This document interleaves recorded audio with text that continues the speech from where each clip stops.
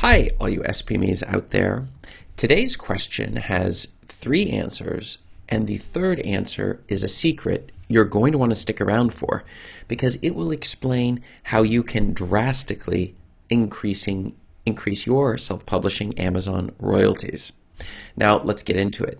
The question that was sent in to me today was, what are reasonable self-publishing Amazon royalties?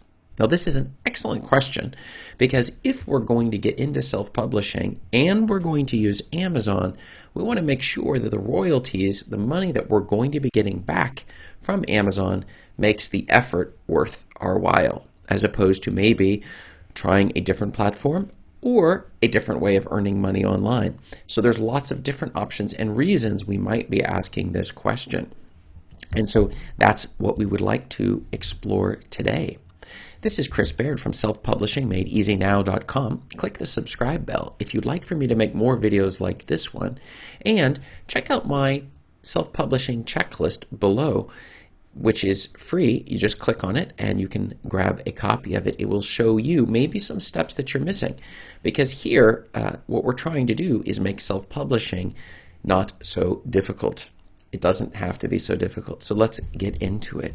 When I first started self-publishing, I started with Amazon, and I started first creating writing my very first book. I was following a formula at that time that I had got from a Kindle book that I had read on the subject, going step by step through the different aspects of self-publishing. And I put the book onto the market. It took me several months to get the book fully ready. I put it on the market. It's still selling today. And I remember the feeling that very first time that the money starts to come back from Amazon. When you get the money put into your bank account and you realize, oh my goodness, I'm actually making money online. That very first sale, there's a little bit of a rush associated with it. And I started feeling, wow, this actually feels better than the normal money that I'd be making. It's a lot less, of course, when I first started making money, but the idea that I can just sit here and there's somebody in the world reading my ideas and willing to pay me for it, that was just a fantastic feeling. And that was something then that I obviously wanted to say, well, how can I increase it? Is it more books or the types of books? What's necessary, right? So what are reasonable self-publishing Amazon royalties? Well, let's get into the answers. So the first thing is, for your Kindle books on Amazon, as long as you price them between $2.99 and $9.99, you can expect those books, they will give you a 70% royalty rate, which is crazy high considering that if you traditionally publish, you're only making like 11, 12%, very, very low percentage. And for your KDP print books, assuming we're selling them on the platform, we're going to get a 60% return on those. So that's also incredibly high. Now, of course, when we sell these books on as they go through extended distribution, then it can get to 40, 30%, somewhere in there. So it depends upon where they sell that the rates can start to drop. And so that gives us a little bit of an idea of where exactly on the royalty front, what we can expect based on our prices we choose. Now, the second answer is that the average self-publishing author, according to The Guardian, only makes about $1,000 a year, which is insanely low. You obviously can't live off of $1,000 a year, so this is very, very low, and it might even discourage you from getting into self-publishing if it weren't for the fact that the average author is making a lot of mistakes. Okay, so and that brings us into our secret answer of the day, which is, what is reasonable? Well, I don't care about really what's reasonable on self-publishing on Amazon. What I really want to know is how much is possible for your earning potential. And the earnings can be greatly increased by targeting markets that are underserved. That is, using a tool like KDSpy, which you can find below in the description, using that tool to figure out how many books for particular niches and topics are currently selling, and that versus how many books exist on those topics. So if you find a lot of sales going through, let's say, paleo diet books at the moment, which is not the case, but if you found an awful lot of books selling, but there's very few books on that market, now we have a magical market. It's an underserved market. There's just not enough books on that topic. So if you come out with a book, it's going to do way better because there's a lot of people who want to buy that topic. as opposed to if I just pick a topic like, I don't know, underwater basket weaving, or maybe something that people maybe are not searching for, that I think, oh, I'm really excited about it, so I'm going to put a book out.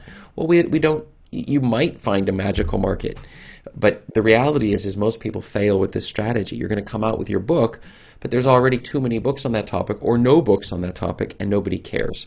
And so even if there are a lot selling, but you're having to compete against major authors and there's just too many books, you will be lost and not be found. So targeting these markets is very, very important.